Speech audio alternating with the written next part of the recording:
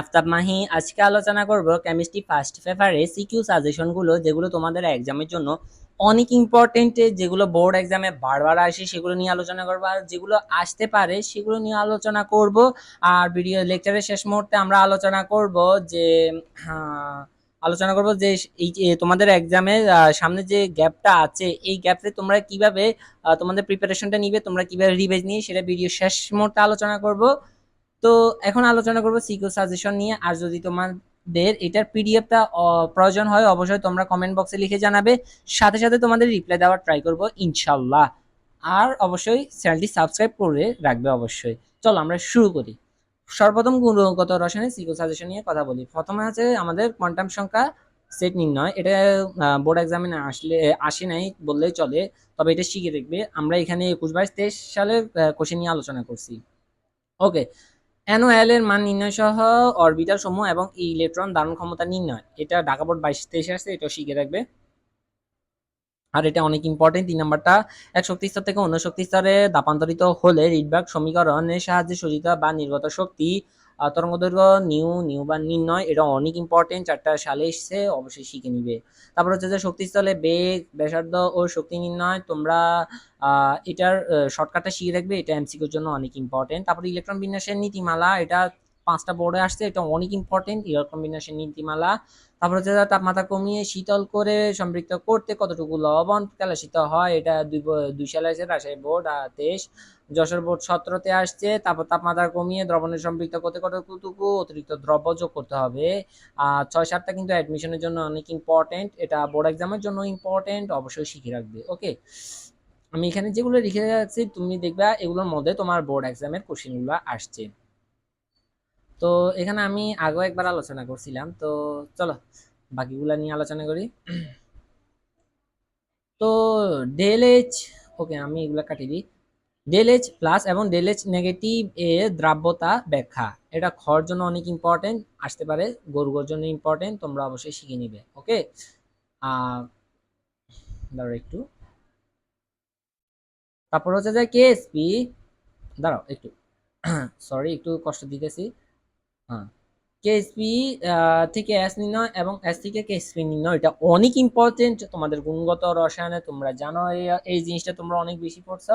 তো এটা কিন্তু অনেক ইম্পর্টেন্ট, এটা কিন্তু শিখে রাখবে, বিগত 5 সালে কিন্তু এটা আসছে। তারপর হচ্ছে যে মিশ্রিত দ্রবণে প্লাস মাইনাস আয়নের ঘনমাত্রা নির্ণয়, এটা 3টা সালে এসছে, অনেক ইম্পর্টেন্ট, তোমরা অবশ্যই শিখে রাখবে। তারপর হচ্ছে যা সমায়তনের প্রভাবে দ্রাব্যতার পরিবর্তন, এটাও ইম্পর্টেন্ট, 3টা সালে এসছে। তারপর হচ্ছে যায় অতক্ষিপ্ত হবে কিনা, এটা কিন্তু অনেক ইম্পর্টেন্ট, এটা আসবে তোমাদের বোর্ডগুলোতে, এটা কোনো না কোনো বোর্ডে এটা চলে আসছে দেখবে, এটা কিন্তু অনেক ইম্পর্টেন্ট, হ্যাঁ এগুলো শিখে রাখবে। তারপর হচ্ছে আয়ন শনাক্তকরণ, এটা কিন্তু আসে নাই বললেই চলে, তবে আসতে পারে, কারণ তোমরা দেখছো ইদানিং তোমাদের কোশ্চেন গুলো অনেক কঠিন করছে। তো এই আয়ন শনাক্তকরণ তোমাদের সবগুলো শিখে লাগবে না, আমি এখানে যে 6টা দিয়েছি এই 6টাই শিখবে। আর 6টা থেকে একটাই, 6টার মধ্যে যে কোনো একটাই দেখবা চলে আসবে, যদি আসে আর কি, 6টা থেকেই আসবে। ঋণাত্মক আয়নের 2টা এখানে আছে, আর 4টা হচ্ছে যায় ধনাত্মক আয়নের। ওকে, তারপর হচ্ছে যে বোর রাদারফোর্ড পরমাণু মডেল, এটা তোমরা 9-10 এ শিখছো, আর তবু একবার দেখে নিবে। ওকে, আর এখান থেকে তোমরা দেখছো যে 9, 10, 11, 12, এটা অনেক ইম্পর্টেন্ট, এই টপিকগুলা বারবার এসছে, তোমরা এখানে দেখতে পাচ্ছ। একটা হচ্ছে যায় 5 নাম্বারটা অনেক ইম্পর্টেন্ট, অবশ্যই শিখে রাখবে। ওকে, আমরা এখন পরবর্তী অধ্যায় যাই। ওকে, পরবর্তী অধ্যায় হচ্ছে যায় তোমাদের মৌলের পর্যাবৃত্ত ধর্ম ও রাসায়নিক বন্ধনের সিকিউ সাজেশন। তো প্রথম হচ্ছে যে কার্বন ডাই অক্সাইড গ্যাস, কিন্তু সিলিকন ডাই অক্সাইড কঠিন কেন, এটা ক্ষর জন্য। ওকে, সিলিকন টেট্রা ক্লোরাইড আদা বিশিষ্ট হয়, কিন্তু কার্বন টেট্রা ক্লোরাইড হয় না কেন। Nitrogen tetra chloride, nitrogen pentachloride, তারপর SF4 SF6 হলেও BF4 আর BF3 হয় না কেন, ব্যাখ্যা করতে বলবে। এগুলো কিন্তু এই সবগুলো কিন্তু তোমাদের ক্ষয়ের জন্য ইম্পর্টেন্ট। ওকে, খর জন্য অনেক ইম্পর্টেন্ট এগুলা, অবশ্যই এগুলো একবার শিখে রাখবে, কারণ 2 মার্ক তোমার ইসিজি এক্সামের জন্য অনেক ইম্পর্টেন্ট। ওকে, চলো আমরা পরবর্তী পেজে যাই। 10 আছে যে সকল দ্বিমুখ মৌল অবস্থান্তর মৌল নয়, এটা গরুর জন্য ইম্পর্টেন্ট, খতেও আসতে পারে, তো তোমরা অবশ্যই এটা ভালো করে শিখবে। ওকে, তারপর হচ্ছে যে রঙিন যৌগ গঠন, এটা ইম্পর্টেন্ট। জটিল যৌগ গঠন ইম্পর্টেন্ট। চৌম্বক ধর্ম ইম্পর্টেন্ট। গলনাঙ্ক স্ফুটনাঙ্ক নিয়েও ইম্পর্টেন্ট। এগুলো সব কিছু জানতে হলে তোমাদেরকে পাজানের নীতি অবশ্যই শিখে রাখতে হবে। পাজানের নীতি ছাড়া এগুলো ব্যাখ্যা করা সম্ভব না। আরেকটা নীতি আছে, গ্রাফ দিয়েও করা যায়, তো পাজানের নীতিটা শিখাটা ভালো। সেটা দিয়ে সবকিছু অ্যান্সার করা যায় আর অনেক ইজি। তোমরা যদি জানতে চাও পাজানি নীতি সম্পর্কে, তাহলে ছোট আমি 2-3 মিনিটের একটা লেকচার নিব পাজানি নীতি সম্পর্কে, অনেক ইজি, তোমরা দেখবা। আর নিজেরা একটা পাজানি নীতি সম্পর্কে একটা নোট বানাবে, যে আমি এক্সামে এইভাবে আসলে এভাবেই লিখবো, এরকম ভাবে একটা নোট বানাবে, যেন এক্সামে তোমাদেরকে ঘাবড়াতে না হয়। তারপরে ইলেকট্রন আসক্তি নিয়ে আসবে। এখানে আমি কয়টা দিছি, 3টা। তারপর এখানে 2টা। তারপর যে পর্যায় সারণী তোমাদের যে ব্যতিক্রমগুলো আছে ওগুলো অবশ্যই শিখবে, ওগুলো গরুগতে আসবে। ওকে, তারপর হচ্ছে যা আয়নীকরণ শক্তি, এটাও কিন্তু অনেক ইম্পর্টেন্ট। আয়নীকরণ শক্তি, ইলেকট্রন আসক্তি, এগুলো তো ইম্পর্টেন্ট। তারপর সংকরায়ন, যেটা তোমাদের ভয়ের পার্ট, এটা কিন্তু আসবেই, এটা তোমার কিছু করার নেই, এগুলো কিন্তু আসবে। জ্যামিতিক গঠন ব্যাখ্যা, এটা থেকে আসে তোমার আহ, বন্ধন কোণ থেকে বেশি আসে। সবচেয়ে বেশি তোমাদের একটা জিনিস মুখস্থ রাখা অবশ্যই প্রয়োজন, সেটা হচ্ছে যে পানি, H2SO4, একটা হচ্ছে যা অ্যামোনিয়া, একটা হচ্ছে যায় তোমার কি কার্বন ডাইঅক্সাইড। এগুলো অবশ্যই শিখে রাখবে যে কোনটার বন্ধক কোনটা, কারণ তোমাদের এমসিকিউতে অবশ্যই আসতে পারে কোনটার বন্ধক কোন বেশি এবং ব্যতিক্রম কেন, মুক্তচর ইলেকট্রনের কারণে, এগুলো অবশ্যই শিখে রাখবে। এখানে তুমি দেখতে পাচ্ছ কোনটা কোন বোর্ডে আসছে, সেখানে লেখা আছে। ওকে, তোমরা অবশ্যই শিখে রাখবে। ওকে, আমরা পরবর্তীতে যাই। H2SO4 H2S এর ভৌত অবস্থা, এটাও আসবে, তোমরা অবশ্যই শিখে রাখবে। তারপর আছে যায় এইচ বন্ড, এটা কি, এইচ বন্ড অবশ্যই শিখতে হবে, এটা তোমরা জানো, কারণ এটা দিয়ে তোমরা জানো অনেক কিছু ব্যাখ্যা করা যায়। তো অবশ্যই এটা তোমাদের অবশ্যই শিখা অবশ্যই প্রয়োজন। তারপর হাইড্রোসিটি স্ফুটনাঙ্ক, এটাও আসবে। HFO H2S H2 এরও স্ফুটনাঙ্ক, এটাও আসবে। তারপর ম্যাগনেসিয়াম MgCO3 ও CaCO3 কোনটি অধিক তাপে বিয়োজিত হয়, এটাও আসবে। এগুলো কিন্তু তোমাদেরকে পাদাননীতির সাহায্যে ব্যাখ্যা করতে হবে। আমি আবারও বলছি, যদি তোমরা এটা জানতে চাও অবশ্যই কমেন্টে বললে জানাবে, আমি সাথে সাথে আহ, এটা নিয়ে একটা লেকচার বানাবো। ওকে, তারপর হচ্ছে যে sodium chloride, magnesium chloride, aluminium tetrachloride এর সমযোজী বৈশিষ্ট্যের ব্যাখ্যা, এটা অনেক ইম্পর্টেন্ট। কোনটি অধিক সমযোজী, Na2O, NaF, গলনাঙ্ক, স্ফুটনাঙ্ক, গলনাঙ্ক, আয়নিক বৈশিষ্ট্য, এই 6টা কিন্তু ইম্পর্টেন্ট।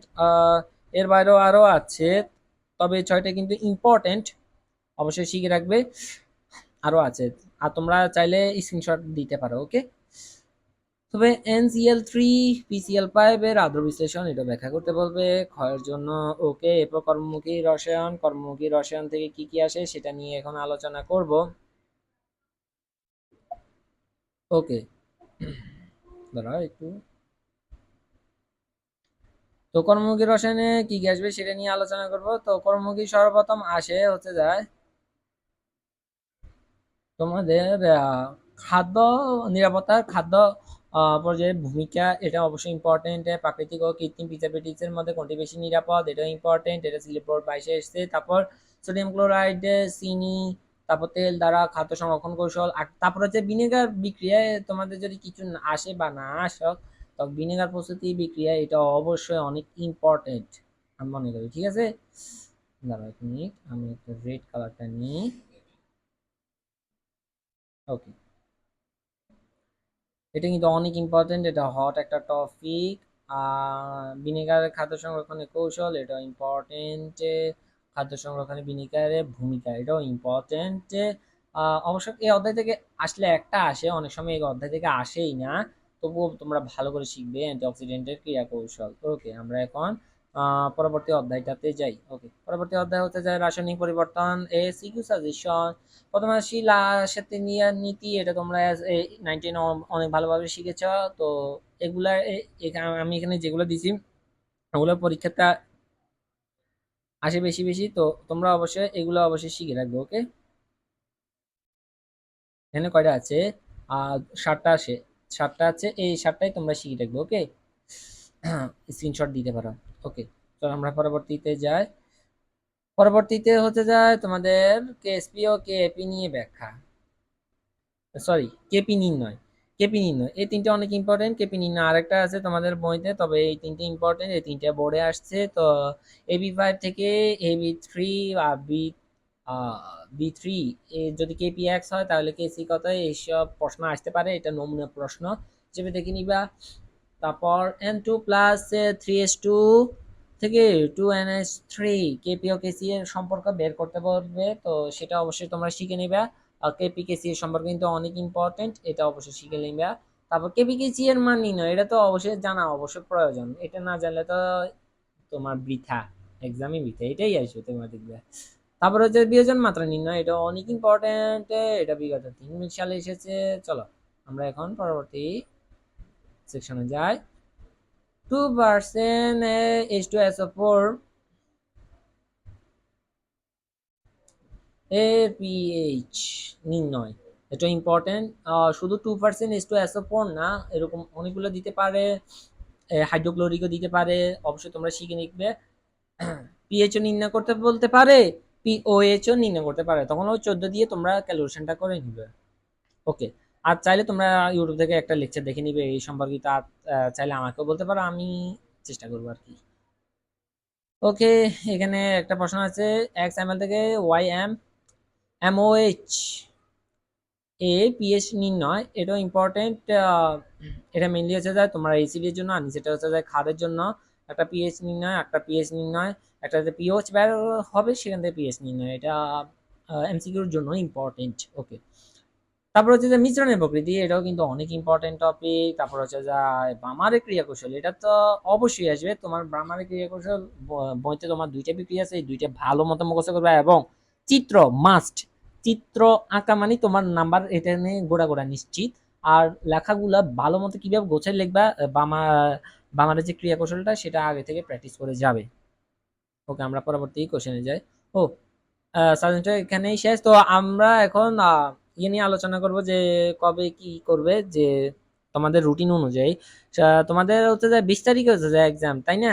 আর তোমরা ফিজিক্স পরীক্ষা দিচ্ছ 13 তারিখ, তো আমরা 13 তারিখ না 14 তারিখ থেকে ধরলাম, 14, 15, 16, 17, 18, 19, 20 তারিখ তো এক্সাম।